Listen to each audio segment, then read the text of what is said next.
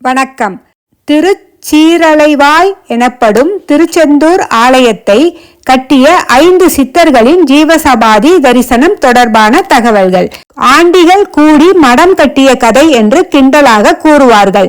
ஆனால் உண்மையிலேயே ஆண்டிகளால் உலகமே வியக்கத்தக்க வகையில் கட்டப்பட்டுள்ளது அருள்மிகு திருச்செந்தூர் சுப்பிரமணிய சுவாமி ஆலயம். பொதுவாக யாரும் கடற்கரையை ஒட்டி பெரிய கட்டிடங்கள் கட்டுவதில்லை. தென் தமிழகத்தின் கடைக்கோடியில் உள்ள அசுரரை வென்ற திருச்செந்தூர் முருகன் கோயில் ஒரு கட்டிடக்கலை அதிசயம். கடற்கரை பகுதிகளில் நிலத்தடி நீர்மட்டம் தரைக்கு மிக அருகில் இருக்குமாதலால் இங்கு கட்டப்படும் கட்டிடங்கள் விரைவில் பலவீனமாகிவிடும். அப்படியே கட்டினாலும் தரை மட்டத்திலிருந்தும் கடல் மட்டத்திலிருந்து உயரமான மேடைகளை அமைத்து அதன் மேல்தான் கட்டுவார்கள். ஆனால் திருச்செந்தூர் முருகன் கோயில் கடற்கரையிலிருந்து வெறும் 67 மீட்டர் தொலைவில் அமைக்கப்பட்டுள்ளது. 133 அடி உயரமுள்ள இந்த திருக்கோயிலின் ராஜகோபுரம் கடற்கரையிலிருந்து 140 மீட்டர் தொலைவில்தான் அமைந்துள்ளது. எல்லாவற்றையும் விட பெரிய வியப்பு இந்த கோயிலின் கருவறை. இது தரை மட்டத்திலிருந்து 15 அடியும் கடல் மட்டத்திலிருந்து 10 அடியும் தாழ்வான இடத்தில் கட்டப்பட்டுள்ளது. திருச்செந்தூர் விவரங்கள் தொல்காப்பியம், புறநானூறு, அகநானூறு, திருமுருகாற்றுப்படை, சிலப்பதிகாரம் போன்ற சங்ககால இலக்கியங்களில் காணப்படுவதை நாம் கருத்தில் கொண்டால் இந்த கோயில் கட்டப்பட்டு குறைந்தது 3000 ஆண்டுகளுக்கு மேல் இருக்குமென்று நாம் அறிந்து கொள்ளலாம். இவ்வளவு ஆபத்தான இடத்தில் கடலுக்கு மிக அருகில் துணிந்து கட்டப்பட்ட இந்த திருக்கோயில் இத்தனை ஆண்டுகளாக எந்தவித பாதிப்புகளும் இல்லாமல் கம்பீரமாக நிற்பதை பார்க்கும்போது நமது முன்னோர்களின் கட்டிடக்கலை அறிவும் திறமையும் கடவுள் மேல் அவர்களுக்கிருந்த நம்பிக்கையும் நம்மை வியப்பில் மூழ்கடித்து விடுகிறது. திருச்செந்தூர் சுப்பிரமணிய சுவாமி திருக்கோவில் திருப்பணி செய்து ஆலயத்தை கட்டியவர்களும் புறணமைப்பு பணிகள் செய்த ஆண்டிகளை நீங்கள் அறிவீர்களா?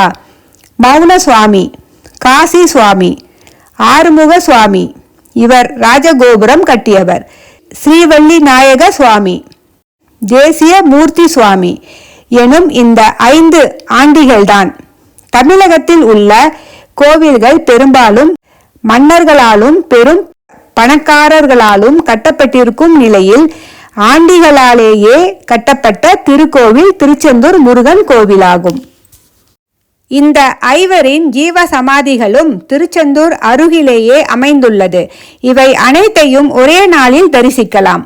தரிசனம் செய்ய செல்லும் வழி: முதல் மூவர்களான காசி சுவாமி, மௌன சுவாமி, ஆறுமுக சுவாமி ஆகிய மூவருக்கும் ஜீவசமாதி திருச்செந்தூர் முருகன் ஆலயத்தின் நேர் எதிராக கடற்கரையில் சற்று தூரத்தில் அமைந்திருக்கும் நாளி கிணற்றின் தெற்கே மூவர் சமாது என்ற பெயருடனே அமைந்துள்ளது.